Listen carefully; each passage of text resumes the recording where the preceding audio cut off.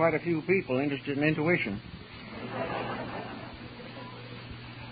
I think perhaps it would be important, or at least useful, to try to understand a little better some of the mysterious workings that occur within ourselves. And perhaps one of the most important of these is generally referred to as intuition. What it is, how it originates, and how it functions, as have not yet been standardized or classified. And perhaps one of the most important and direct means of estimating this faculty is by reference to Buddhism.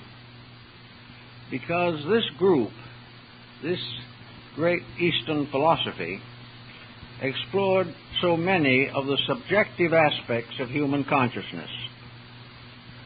According to Buddhism, man has what is called the six sensory or six sensatory machines.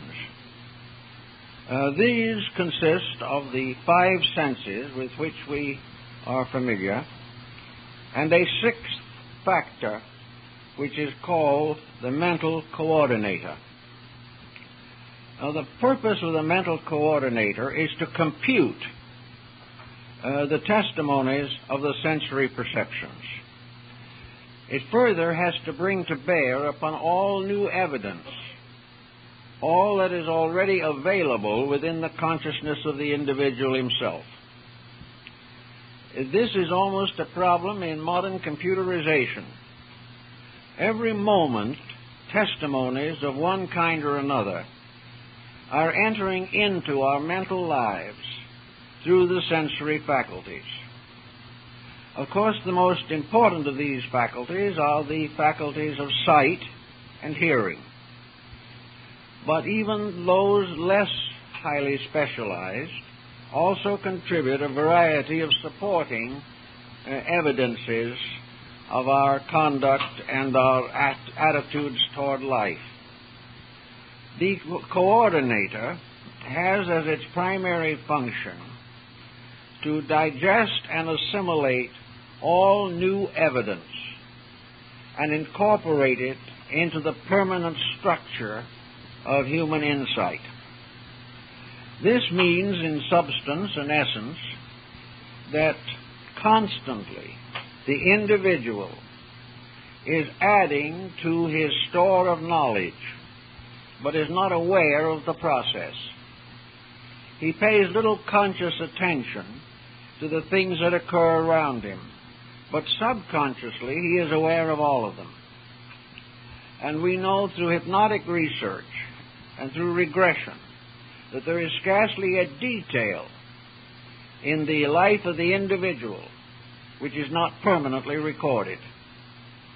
To the Buddhist, this record is due to the constant, precise function of the mental coordinator.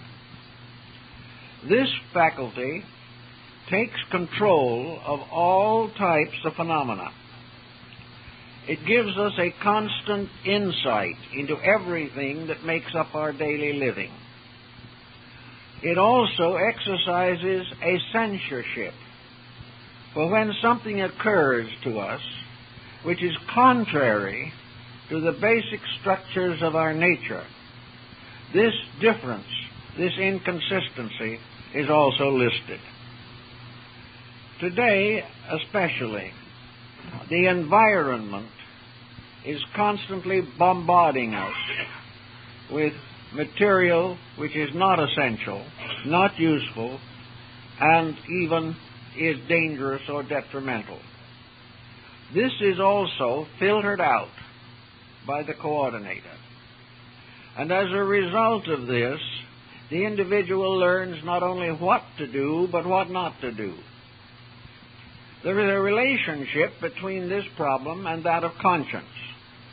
But conscience is essentially a moral issue arising in the internal psychic integration. The actual record of experience is brought in through the coordinator. Now, the reason this is possible is because nature is a systematic structure. Nature does not feed into the sensory perceptions uncensored material. It brings to the sensory perceptions a great deal of rather well clarified information. It brings in also new ideas. It reminds us of things long past. It brings the wisdom of our childhood to bear upon the thoughtfulness of our mature years. From the cradle to the grave, the record is unbroken. And into this structure, there is brought such a mass of information that were it not for the incredible skill of the sensory computer, most of the value of living would be lost. After the information has been brought in and classified and organized and censored by previous information, has been variously cleansed of errors, and has been supported by previous evidence that has been assembled, it then becomes available to us for the re-expression or the externalizing of our attitudes. Attitudes are largely based upon the testimonies of this computerization process. Now, as we study this a little more carefully, we find some interesting points. Namely, that nearly all information regarding to the material life of man originates in his environment. The individual is placed in a situation in which he is constantly taking in material, reorganizing it, and releasing it again into his environment. Therefore, in silence, he gains the wisdom of the coordinator. And every time he opens his mouth, he expresses some part of this coordinated knowledge. Actually, we are not conscious of a large part of the basic factors of attitudes. We do not know really why we think the way we do. We do not know why we have certain reactions to occasions and occurrences. We do not know why we suddenly blurt out something that we did not intend to mention. Nor do we know why, in another moment, we hold secret that which might be beneficial to general knowledge. We have a dispositional factor. And this dispositional factor represents to a very great degree the workings of the conscious mind. The coordinator, however, goes behind the conscious mind. It goes back to the very root of intellection within ourselves. Therefore, it is quite possible for the individual living only upon the surface of his perceptions should be easily deluded, should misunderstand, and have poor judgments on a variety of matters. He is then, so to say, speaking off of the front of his mind, or thinking from that front. This thinking is also supported by the faculty perceptions. They not only testify to value, but in an undigested state, they bear witness to occurrences as they appear to be. It is only after the evidence is passed through the coordinator that its basic value is clearly determined. One of the reasons why we have so much trouble in our daily living is that we are unable to allow the coordinator to function properly. We are constantly interfering with it, or trying to. The interference is on the surface because we cannot get back into it. The interference arises from superficial thinking and undisciplined attitudes. The individual who is the hopeless victim of his own mental processes, or is completely dominated by his emotional intensities, is not aware of the availability of any higher form of thinking. He is simply limited to the immediate. That which comes in goes out instantly. But the record that passes through the coordinator still continues to exist, but is not so quickly or easily accessible.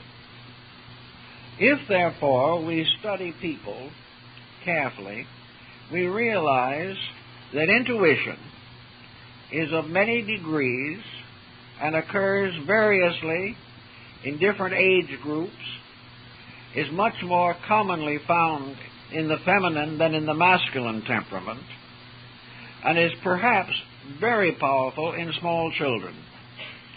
This is due largely to the fact that the conscious mind has not interfered with the intuitional process, which has brought into play not only the evidence of the present existence, but to a large degree the balance of previous life patterns. This coordinator extends back through and into previous embodiments, because it is the reservoir of the complete accessible knowledge that the person has accumulated in his evolutionary process. This knowledge is not carried forward as simple incidents. It is carried forward in the form of general value, final conclusions, ultimate decisions as they arise in the processes of living. The intuitive person is most likely to be a person who is essentially mentally and emotionally honest. Intuition functions in spite of mental interference to some degree, but more clearly and completely where this mental interference is eliminated. Now, how do we eliminate the mental interferences that arise every day? How do we escape from false, superficial testimonies?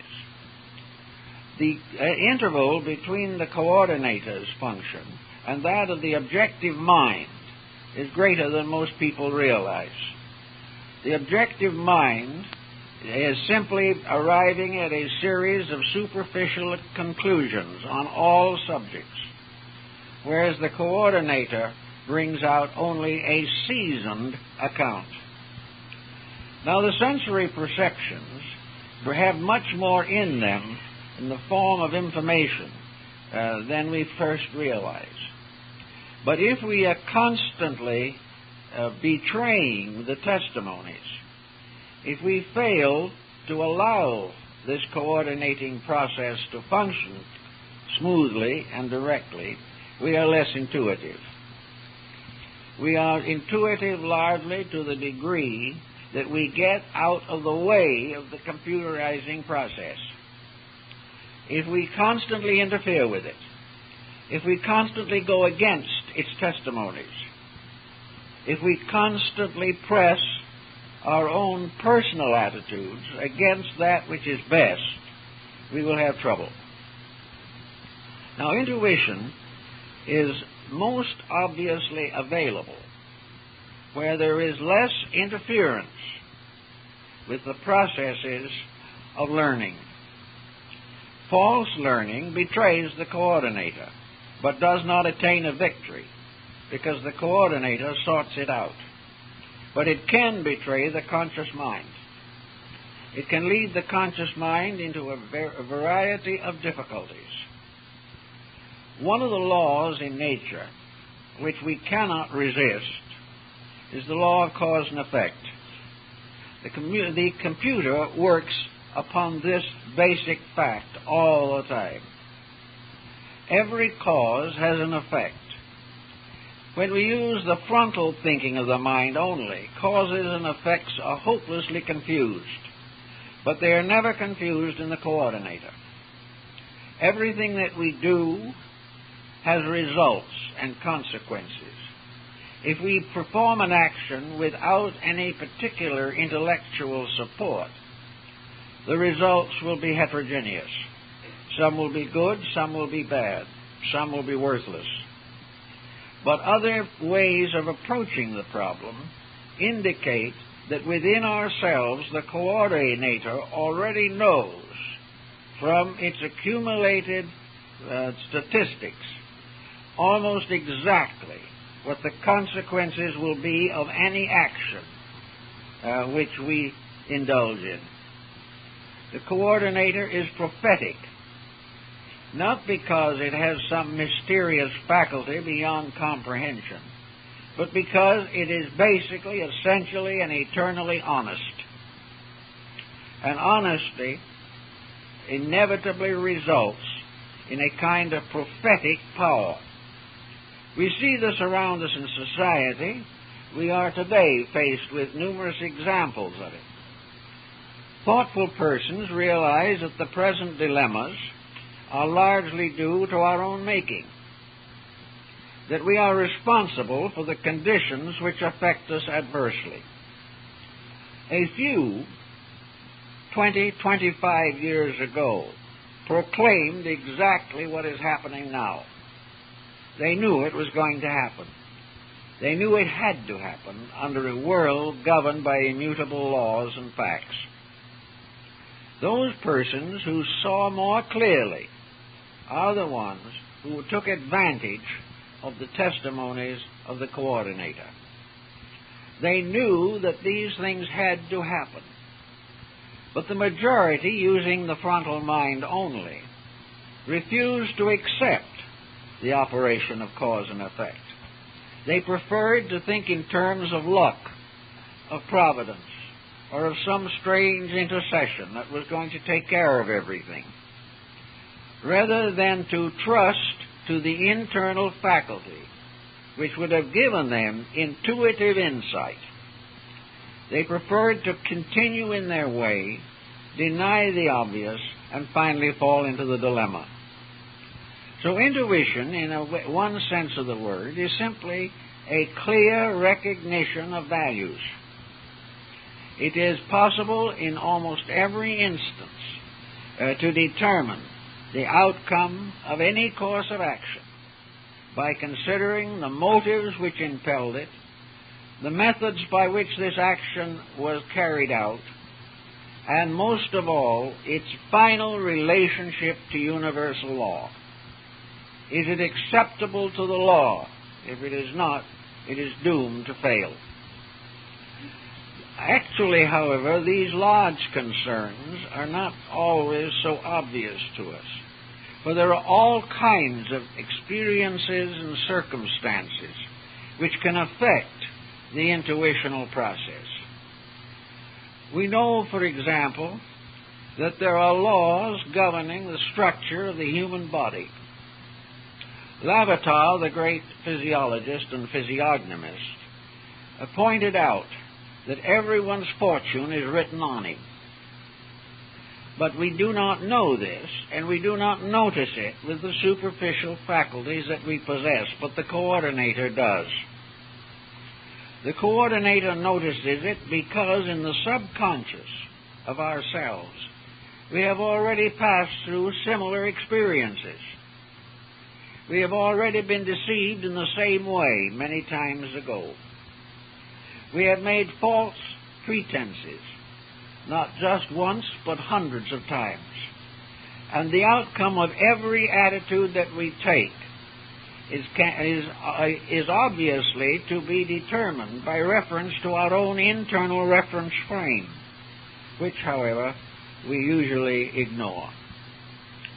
There is no doubt in the world, for example, that the coordinator, looking at the face of a person, can tell almost certainly whether that person is honest or dishonest, whether they are happy or miserable, whether they are trustworthy, whether they are sincere in their relationships, whether they can be depended upon in emergencies, and also all of their befitting and bewildering inconsistencies will be stamped upon the face.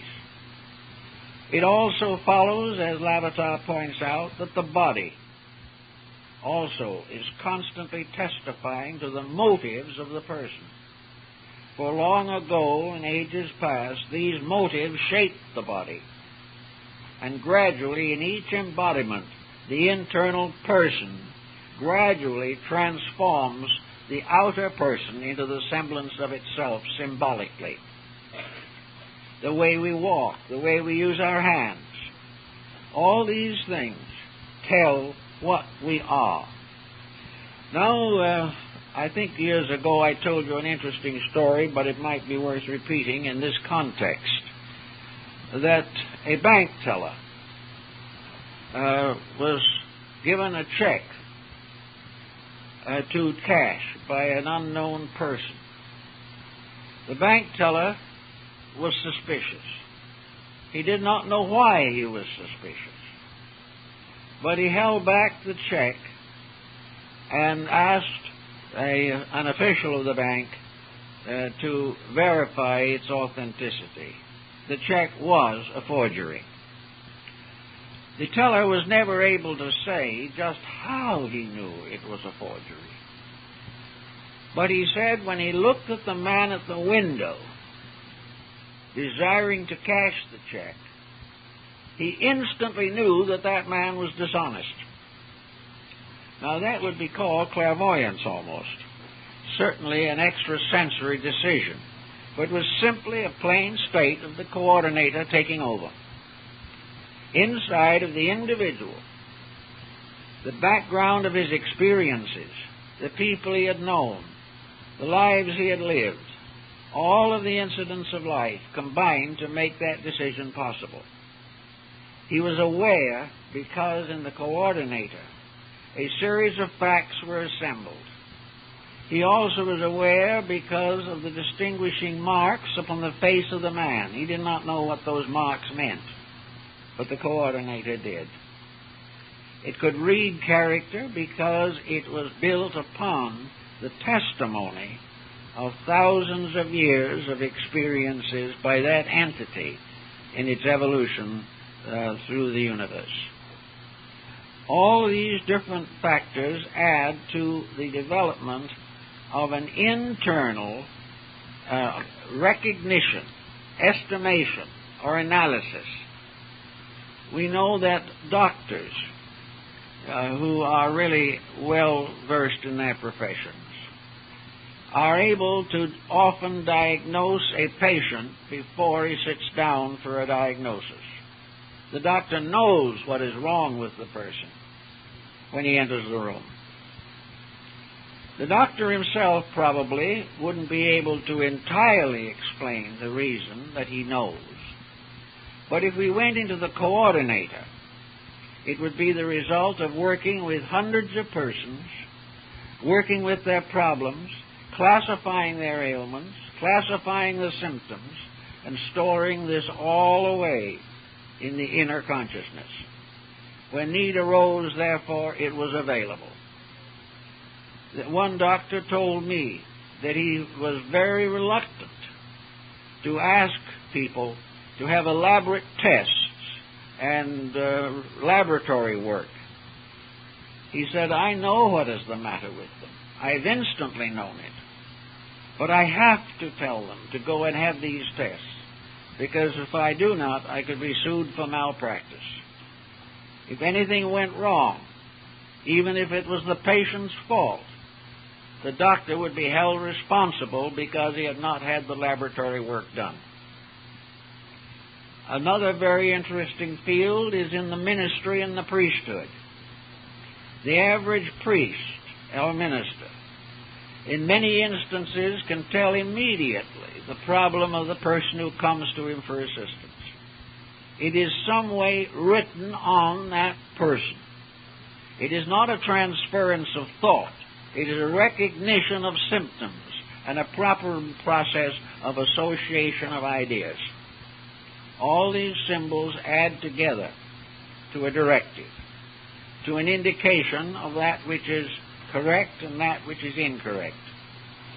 Another thing that forms an assisting factor is that where we are long associated with people, we have a tendency to let down the barriers of our own judgment. We have a friend who has been a friend for years. We know that friend has shortcomings. We know that they are not always just what they ought to be. But in the term of friendship, we overlook hundreds of little testimonies which should have told us something, so that when the friend in turn becomes an enemy, we are amazed, because we did not believe that this could happen. But it was happening all the time, only we didn't know it. If we had the coordinator operating correctly for us, we would have stored up all this back information. We would have discovered whether this person was lying long ago because of little fibs that didn't mean anything. We would know their attitude toward life by their relationships with their families, with their position in business, with their culture, their philosophy, their religious instincts and attitudes. All this would have told us something. But with a blanket of friendship thrown over all the evidence, when the break comes, we are amazed and perturbed. We have not allowed the coordinator to have its proper function.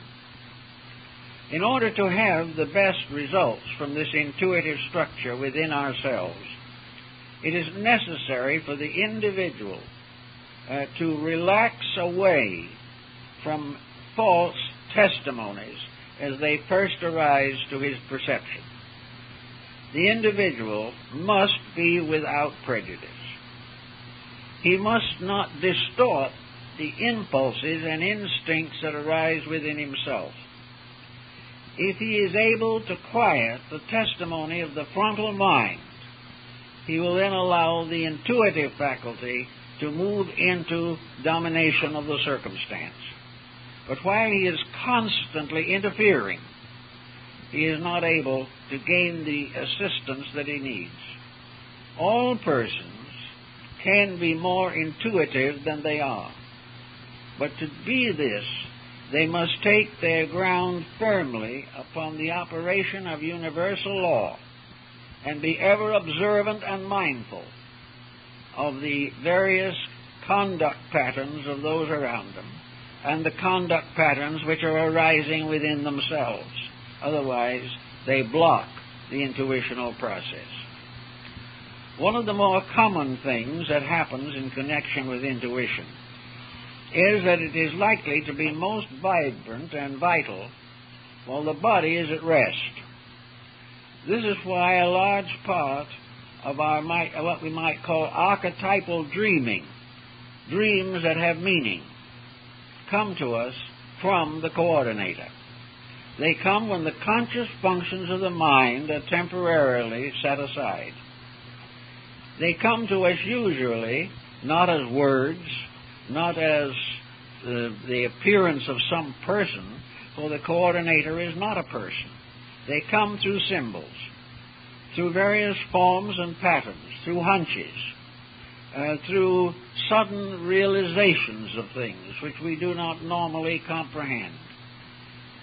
We even can find this in the world of science, where a scientist has built into the coordinator a mass of evidence. The coordinator will sort it out when his own conscious mind cannot. And as a result of this, the scientist may wake some morning with the answer to the problem he has been working with for years, simply because in a moment of complete repose, the coordinator came through. We have all of this type of phenomenon constantly, and we pay very little conscious attention to it. But it can be very, very important. The problem of the intuitional recognition of circumstances and conditions. It can include, for example, an individual recognizing certain problems of his own health, but not able to diagnose them. He has a feeling that something is wrong. He has a feeling that his health is impaired, but he cannot put his finger on what is actually wrong. Here again, the coordinator is moving in to try to assist the individual. Now, behind all this, there might be a kind of moral issue involved. Perhaps this individual who doesn't feel good has for many years been violating the principles of law and health. He has been thinking badly, he has been eating badly. He has failed to take proper care of the body. This fact is listed in the coordinator, and the coordinator can tell him at any moment just about how long he can get away with the mistakes he is making. And if the man pays no attention to this warning, it becomes a prophecy, and he gradually succumbs because he has failed to remedy the situation in himself. The same thing happens in family life. Family relationships become brittle. And warnings come from the coordinator that unless attitudes and relationships are changed, the family will be destroyed. It will be broken up. Some are wise enough to try to do something about it. They are harmonizing with the coordinator, which is merely telling them the law relating to the subject. A law based on experience and dramatized and vitalized by ages of human testimony. If this is not heard, however, if the individual continues in his way, then whatever was the disaster that might have been, it becomes the disaster that really occurred. Also, the problem of the coordinator plays quite a part in the latter part of life, where very often the coordinator first informs the individual that his physical existence is going to terminate in the near future. This may not be supported by any medical evidence, but the coordinator has available 1,000 times as much information as any clinic or laboratory could find or could gather. The individual's inner life is aware of the happenings. Also, through the five sensory perceptions, we get what might be termed the historical context. We find out what has happened to others. We find out what has happened to empires, to kingdoms, to rulers, to various professions, to peoples, to class and social subjects. All this, there is a very deep and long historical background, which is called tradition. The coordinator receives from us every day some evidences of this tradition.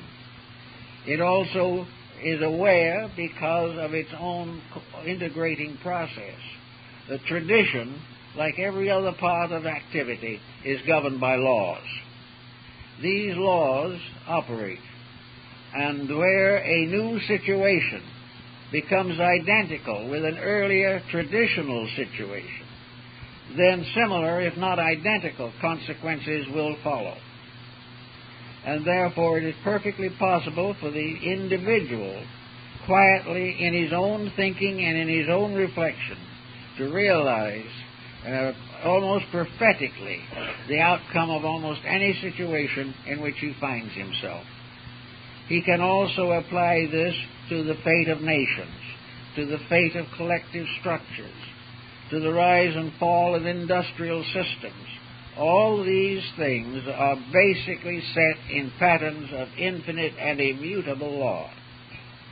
The coordinator helps the individual to adjust his own mind to these laws and gives him the final evidence, the final proof of the reality of the situation that is gradually developing. Now, there are times when people get hunches that do not work out.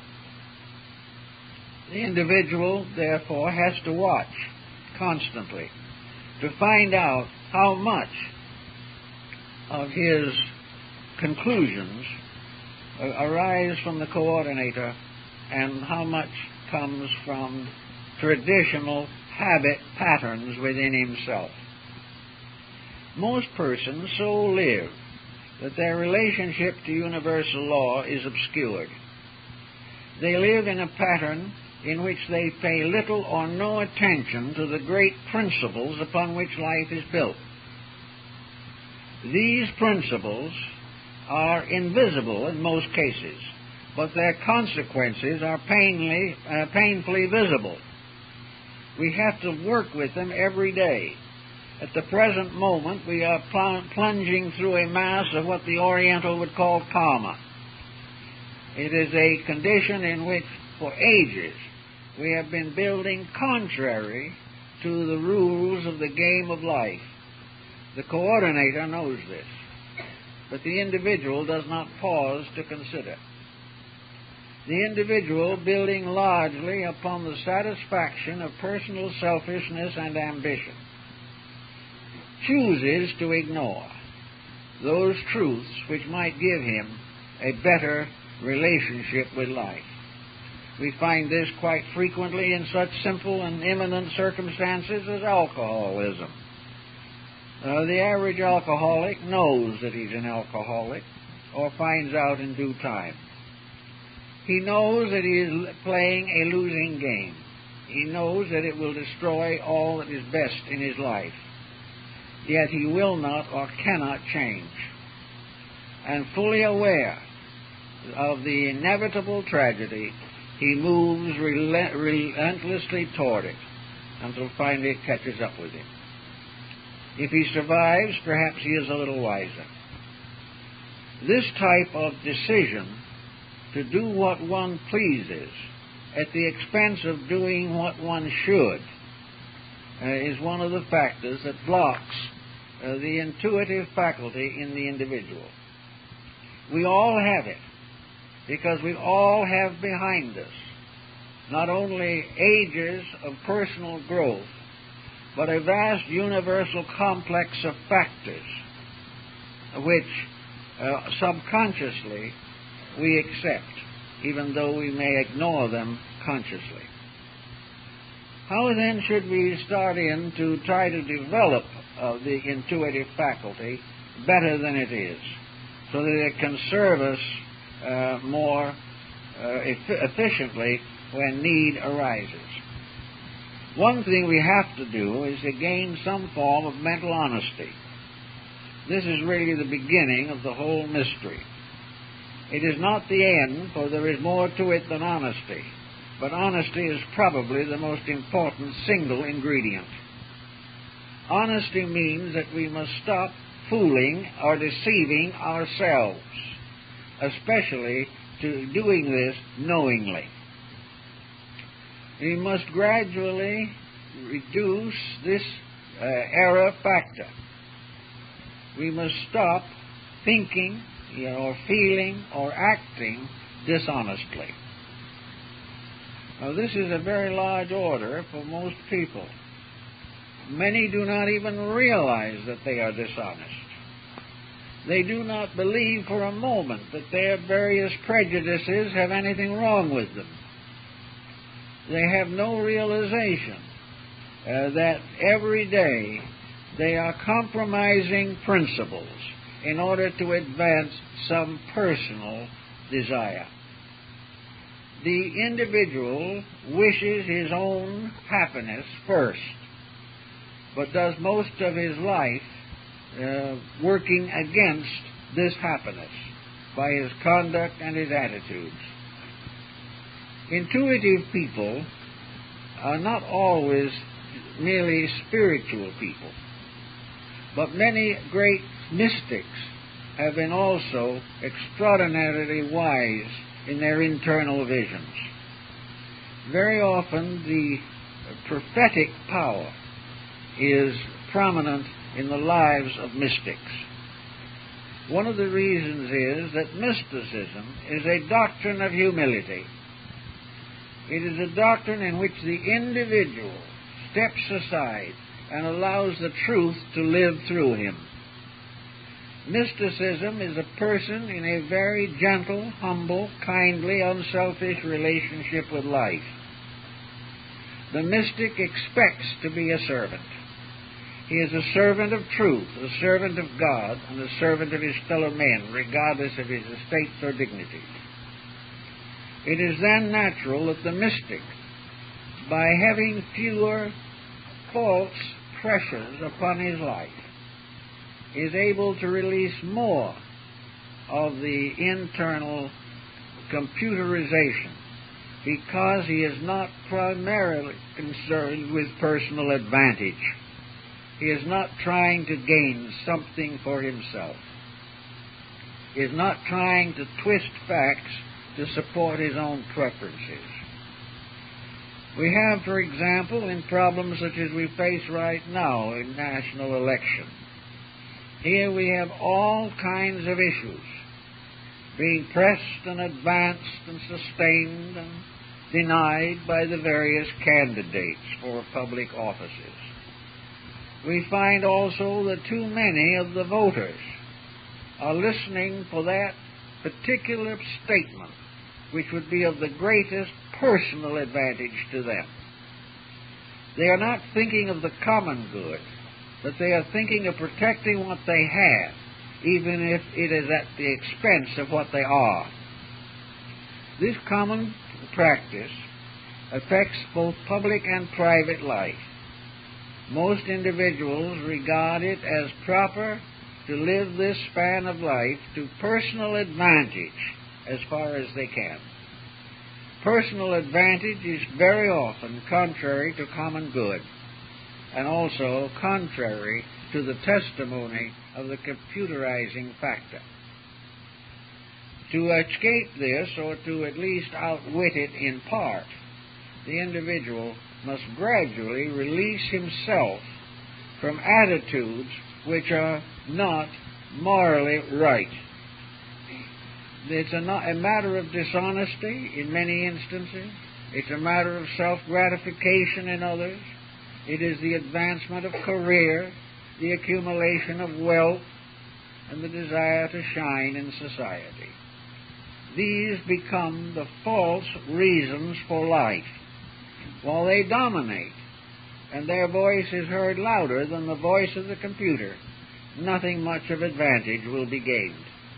The individual will live and pass on in the little pattern that he has created for himself. He will pass on, still striving for that which could never be his in this world or anywhere else.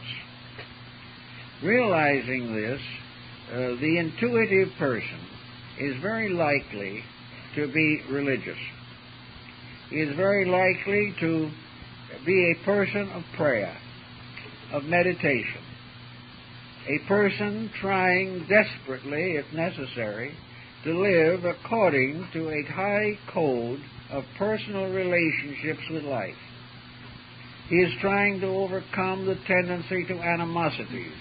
He is trying to transmute old hatreds and antagonisms. He is trying to reduce, as far as he can, the vanities in his own life. He's entitled to anything and everything that is proper for him. But if he wishes to become a better person, he must take advantage only of the better opportunities that arise. Otherwise, he will ultimately short-circuit his own life. If he can begin to reduce these artificial decisions that he makes simply on the basis of the sensory perceptions without coordination, if he will gradually learn to discriminate the laws behind action, he will begin to develop a stronger intuitional faculty. The law of cause and effect is the basis of all prophecy. It is the basis of all the anxieties that we feel.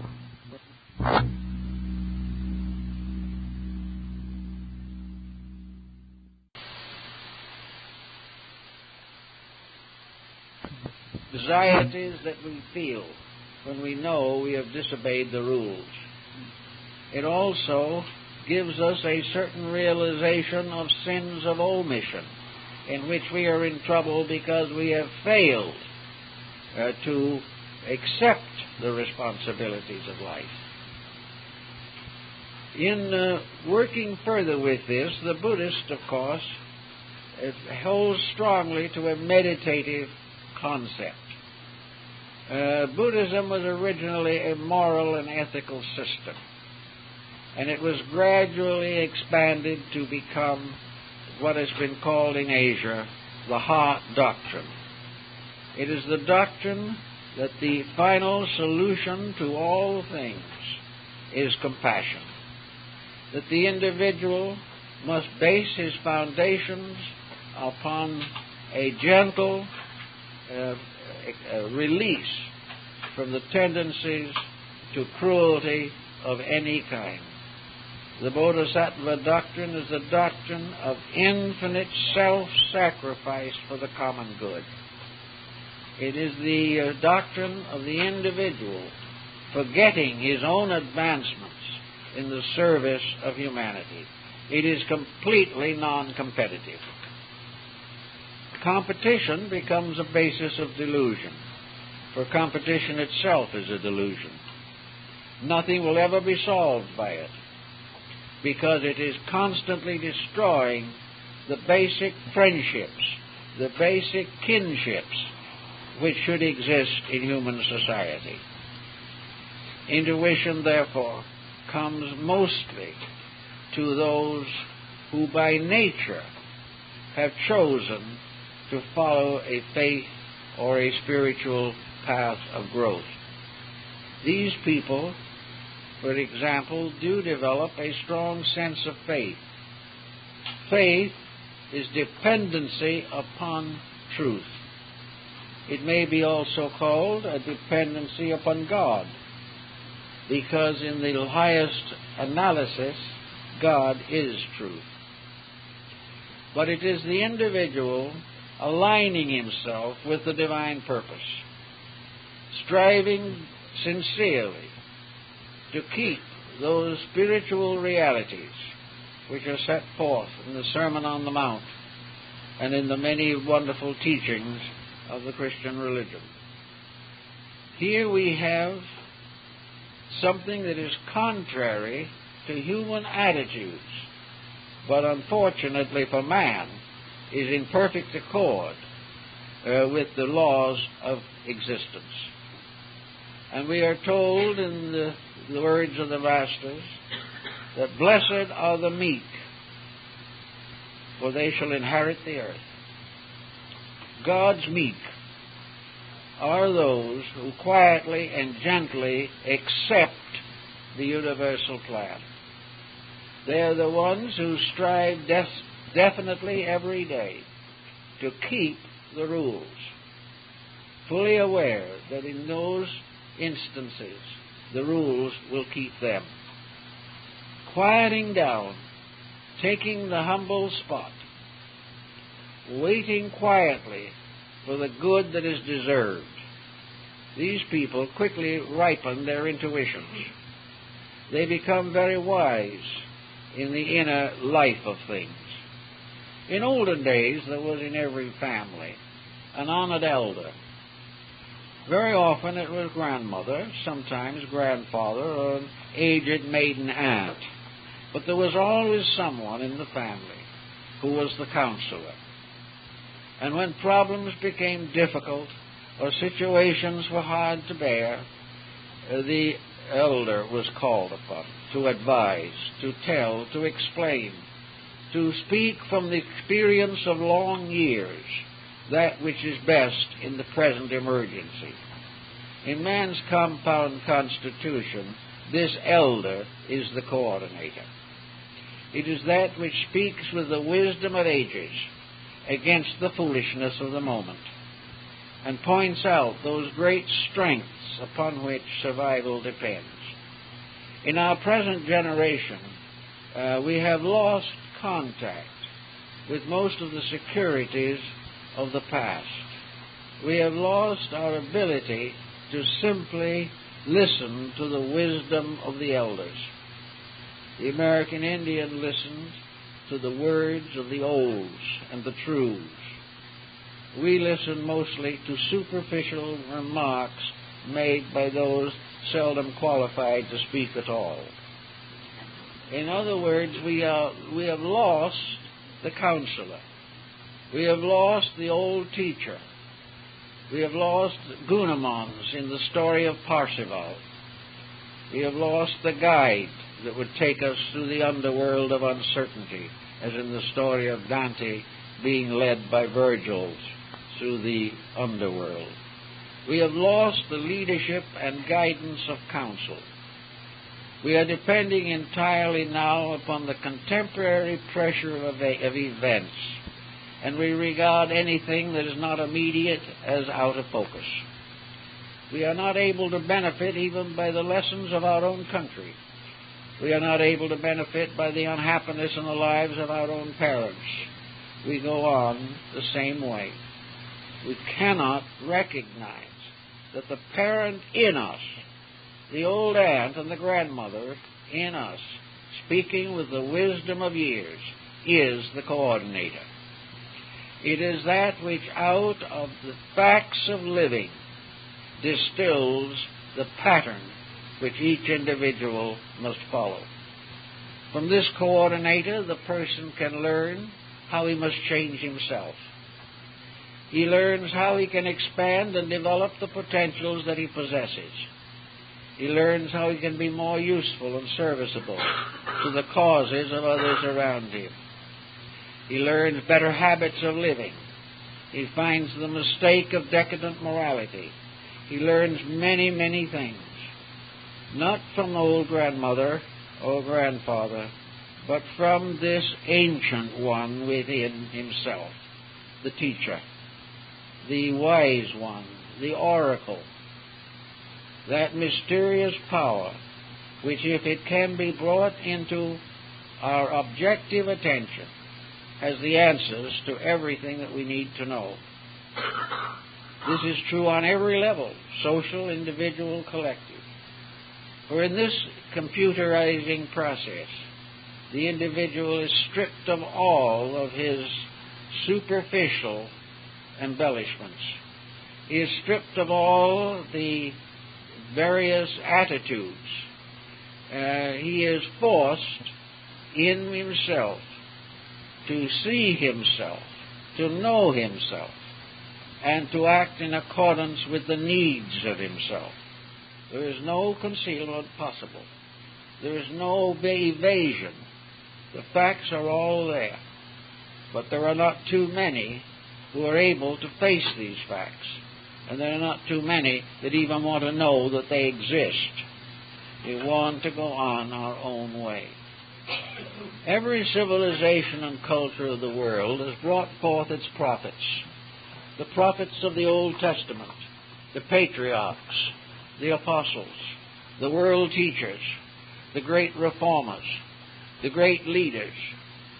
These persons were actually outstanding examples of the possibility of bringing the coordinator into objective manifestation. Wherever these prophets spoke in the Bible, we are told that they spoke upon the authority of God. The authority of God is the authority of truth.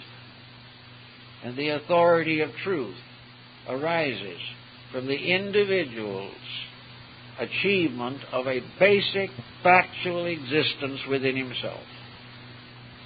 Truth is, for each person, the truth of himself. The truth for every civilization is merely the statement of the laws governing that civilization and the inevitable consequences of action, constructive and destructive. The prophets of the Scriptures warned the kings and the princes of the fall of their empires. They warned individuals of the sorrows and miseries of their personal corruptions. And many times these prophets were heavily punished by those who did not want to know the truth. And in ourselves, when an unhappy or unpleasant truth presents itself, we are apt to punish it rather than ourselves. We do not want to face these things. But until we face them, we cannot develop and perfect the instrument which we possess. This body is a magnificent instrument. It is far greater than we even suspect with all our researches and all our studies. It is something that man will never be able to equal by mechanical means. No matter how far he advances computerization, he can never achieve what is achieved within the person himself. For this computer in us is alive. It is not something that is merely machines and tapes and mathematical formulas. It is a living computerization of action. It is a living, constant expression of all of the needs and requirements of the person. It makes possible for him the complete reestablishment of his own life. But he has to call upon it. And many mystics, in their meditations, like Bamy or Eckhart, these mystics felt that God spoke to them, that in some mysterious way the Holy Spirit descended upon them.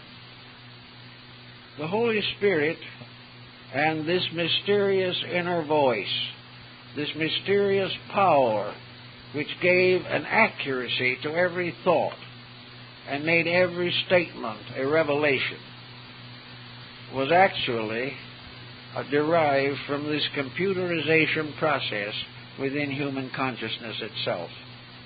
This does not mean that God is not in the business. It means that actually this whole computerization process is a divine process. It is a process not based upon materialism, but upon the exploration of the spiritual potential of the human being. Another factor that may help the average person to be more intuitive is the Pythagorean discipline of retrospection. Here at the end of each day, the person sits down and studies his own day. He analyzes and examines every single thing that had any meaning whatever in his procedures. He is especially mindful of his own reactions to the various challenges of the day. Was he annoyed by the phone call? Was he disturbed by the visitor who dropped in? Was he unable to stand the prattle of the children? Did he have one or more problems that he had been wanting to take care of and he was interrupted? And in each case, what was his reaction? Did he accept these things, or did he resent them? Did he resent them because they interfered with the common good, or because they interfered with what he wanted to do? Were these objects of resentment worthy of resentment? Were they things he should have accepted and understood? Did they ruffle him to the expenditure of vital energy so that he wasted life as well as time? Was he able to quietly and peacefully move through confusions, through dissonances? Was he able to keep the truths of life very bright under the small irritations which are apt to disturb us? If he finds himself to be brittle, sharp, if he finds himself to be inclined to nag or to escape, and if caught in a mistake to try and deny it, or still further caught to try to prove that the mistake was right, all these things represent attitudes of the mind, and these attitudes are detrimental to the achievement of an intuitive understanding of life. Unless the channels are kept open to that which is better than we are, we will remain as we are, and that is not good enough. So we can watch these little details every day and begin quietly correcting the weaknesses in ourselves. Did we have a splurge of extravagance that we shouldn't have splurged? Did we buy things that were useless? Did we allow vanity to involve us in debt? All of these things are recorded in the coordinator. There is not one single detail of attitude that is not the effect of a cause and the cause of an effect. and that which we do in a moment of indecision or indiscretion, we must face in the future. Reduce, therefore, as far as possible, all attitudes which are inconsistent with peace of mind, inconsistent with integrity. If it is necessary to defend a principle, we will defend it to the end. But if we try merely to defend an opinion, we may all be in trouble. So we gradually move the foundation of life from the passing effects of the moment to the solid foundations of principles. Principles must operate. They must guide us and direct us. As we gradually relax away from wasting energy and time in purposes and circumstances that are meaningless, we can quiet down some of this restless spirit that perturbs us all. We can be quiet. We can weigh all things. We can be like an honest judge upon the bench, whose decision is to be based upon truth only and upon true evidence, and never upon gossip, hearsay, or unsupported claims. If we can sit in quiet judgment of our own lives, not that we wish to mete out a terrible punishment upon ourselves, but rather we want to know ourselves as we really are, and upon that basis to improve ourselves in every way possible. As we become more thoughtful, we know that true thoughtfulness gradually ties in with the mental coordinator. The more thoughtful we become, the more the coordinator works in our daily life. When we get rid of thoughtlessness, then the true type of thought can begin to operate. And the mental coordinator will enable us to plan our lives to the very end at any moment that we wish to do so. It can also show us why we are where we are and what we are today. It can gradually move us from a career of accidents to a career of purposed endeavors. Because as this coordinator operates, a light shines inside of us. It is this light within which truly breaks through to become what we would term intuition.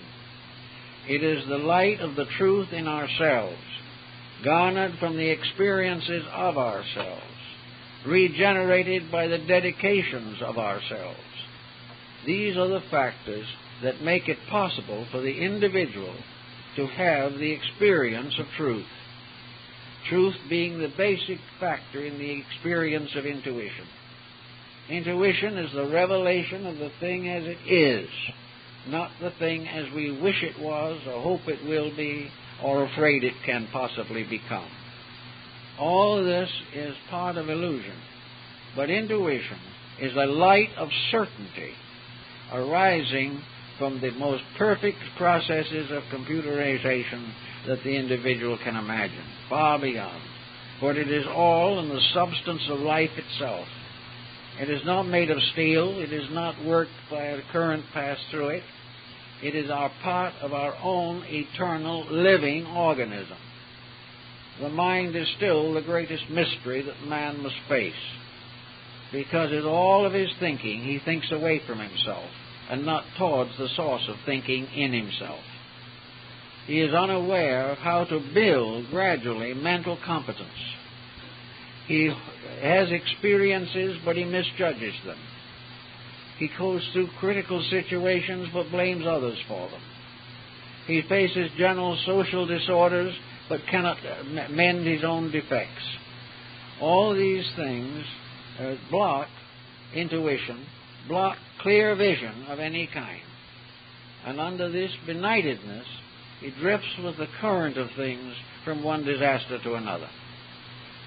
If we can bring the coordinator into focus, we will discover that we are better people than we have ever known ourselves to be.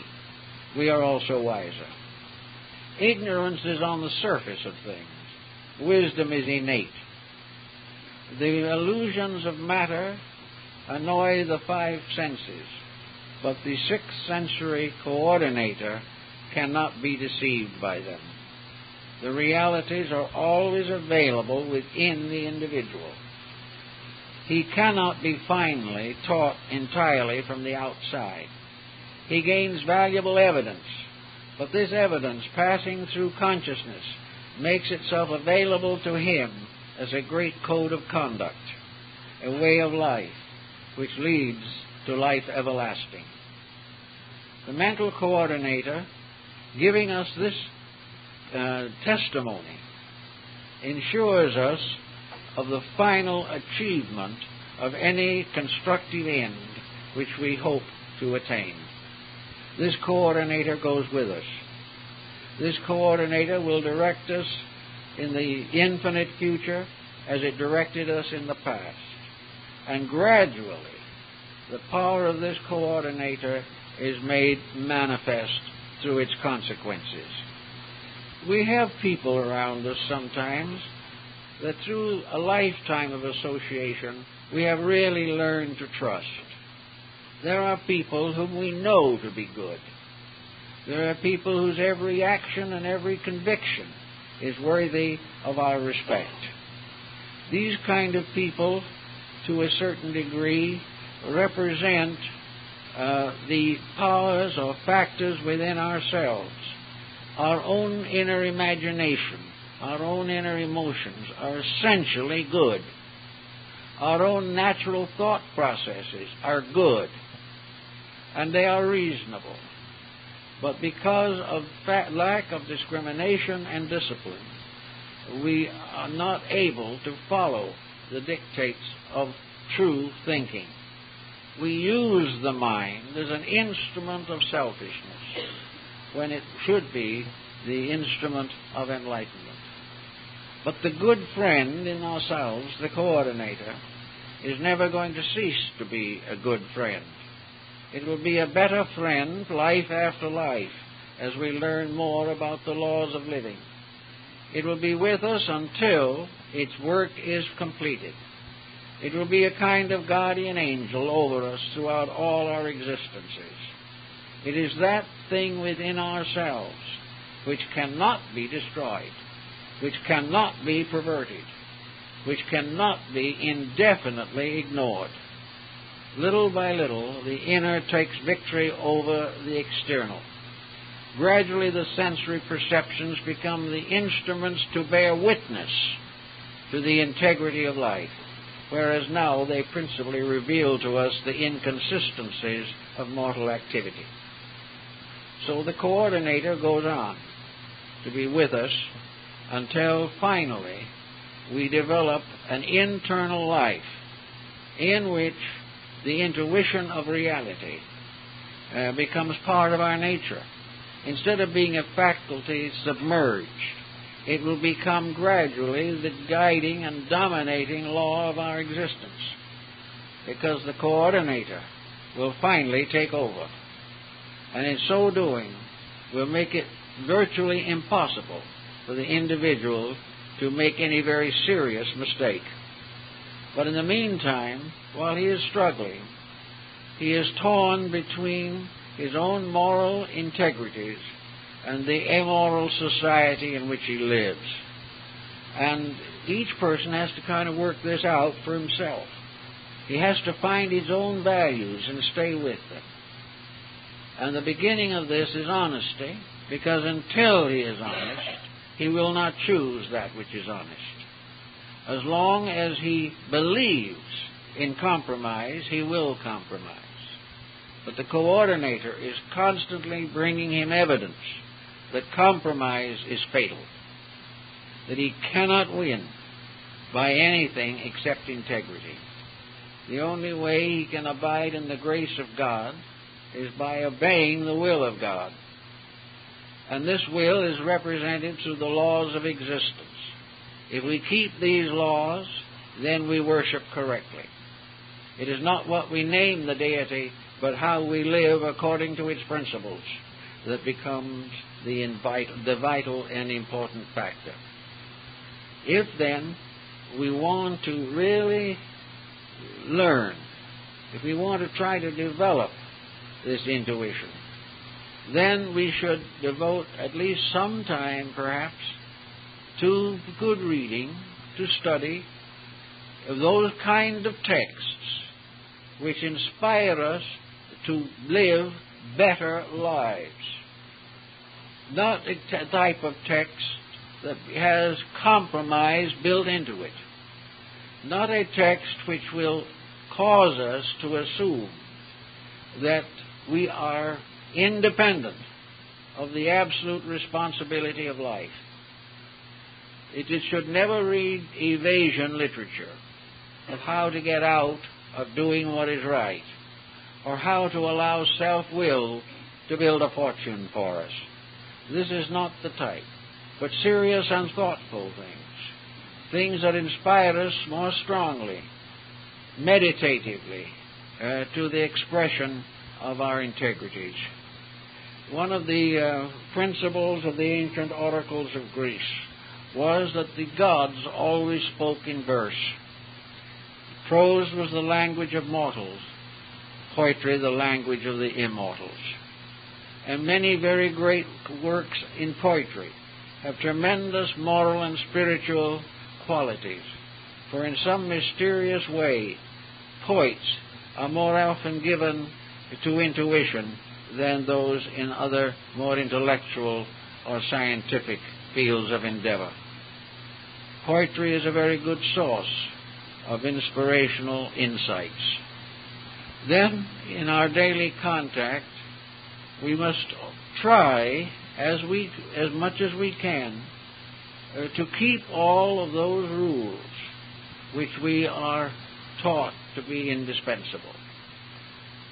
One of the great rules is that the individual should avoid luxury. He should avoid things which bind him to the earth. He should avoid the process of building up a standard of living when he should be trying to build a standard of life. He should be moderate in all things. He should be interested in the common good. He should be neighborly and friendly. He should try to hold the confidence of his children. He should do everything possible in his own way to help others to live according to a code of personal integrity. By setting an example of this, and by sharing this wisdom with others, the individual also discovers that the more he gives of wisdom, the more he has. In giving good counsel, the individual, in forgetting himself, often releases intuition. I have noticed on many occasions that an individual comparatively uninformed, when asked to help, to advise a person in deep trouble, a very humble person will give advice that the greatest philosopher could not equal. Because in the state of very simple service and affection and friendship, we release ourselves from the tyranny of these personal attitudes.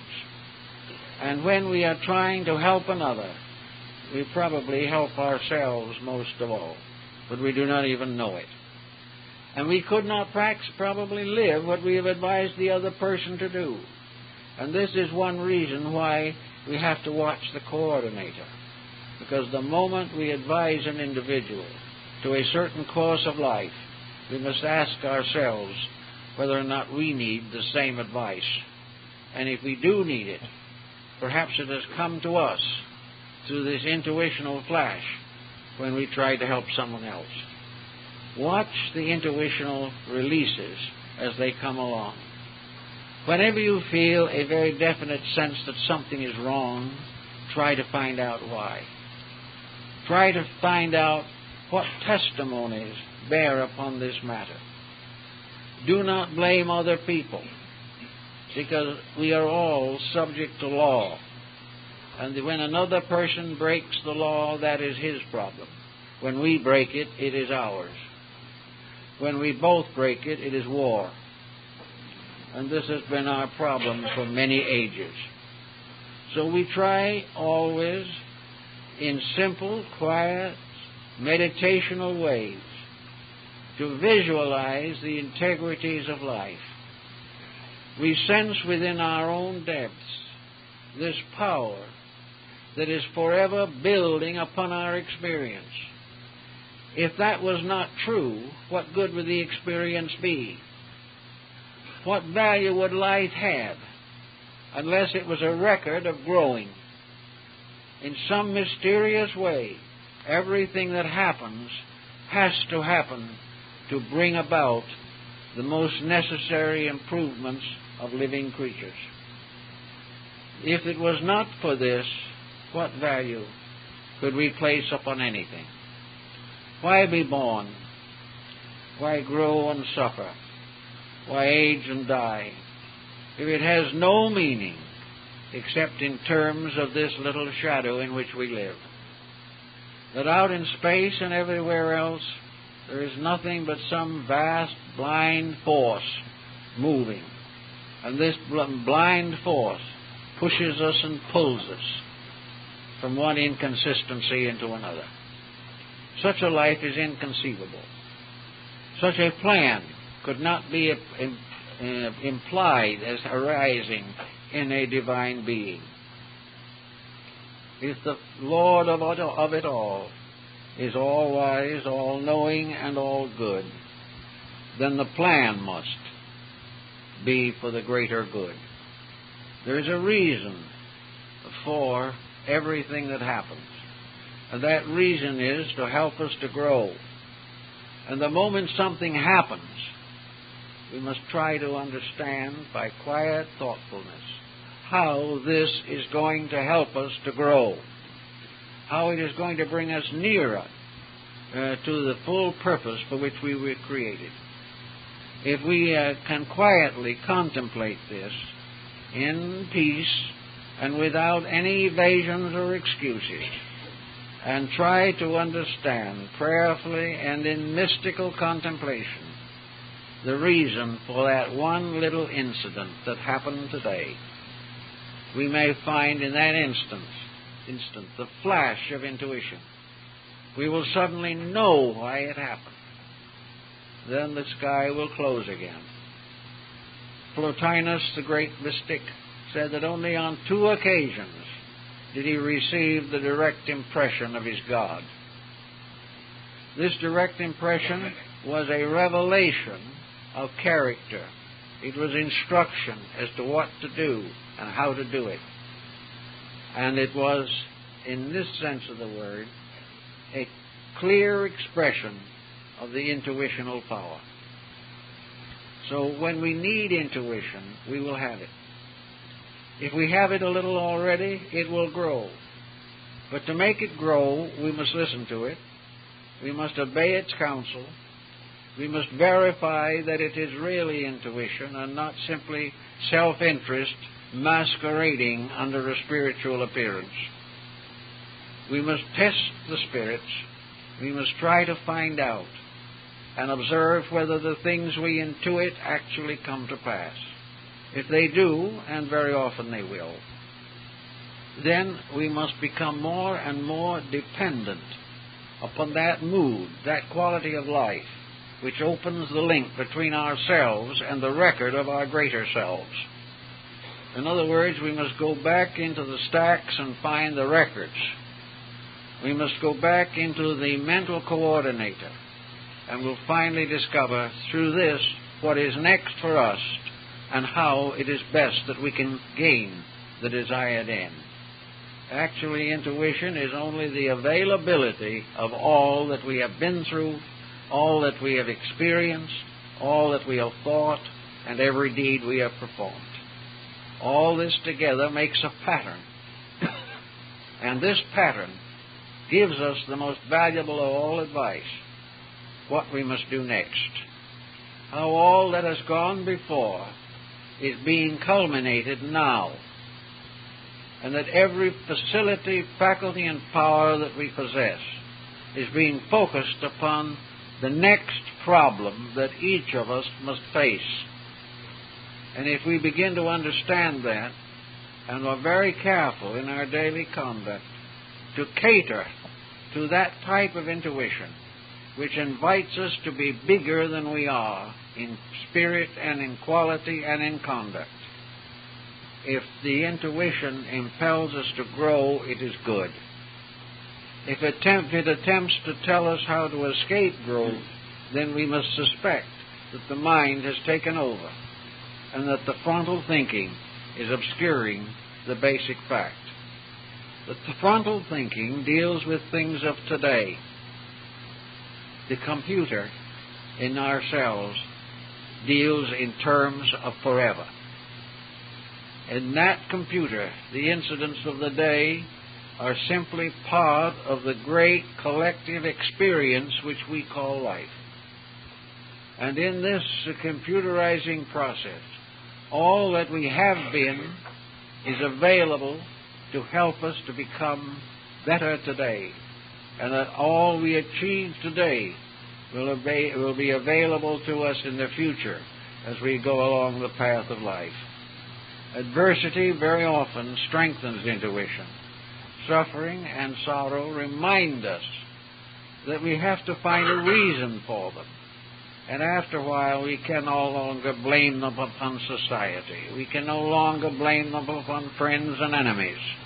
We have to come face to face with the fact that our life is the result of the degree of inner insight that we are able to focus upon the issues of the present day.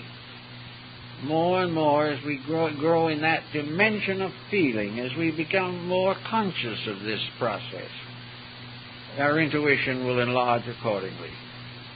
And we will find that intuition, the growth of it, is merely the revelation of it. It is merely that which is coming through, making available to us what we must know next in order to grow according to the archetypal pattern by which we were created. Intuition is a very wonderful thing, but it is a reward. It is a fruit. It is the harvest of the individual's dedications, his achievements, his longings, his yearnings, and his desire to understand his true place in the divine plan of things. And when he achieves to this, he will find that this intuitive faculty, like the old teacher, will be more and more available and will assist him constantly in the fulfillment of himself. Because actually this old teacher is also himself. It is the submerged part that he no longer remembers. But sometime everything that has been secret shall be made known, and everything that is hidden shall come to light. And when we realize that and gain the understanding of it, then we realize that the intuitive power will ultimately reveal to us all that is our real selves. Well, folks, I think that's all for this morning.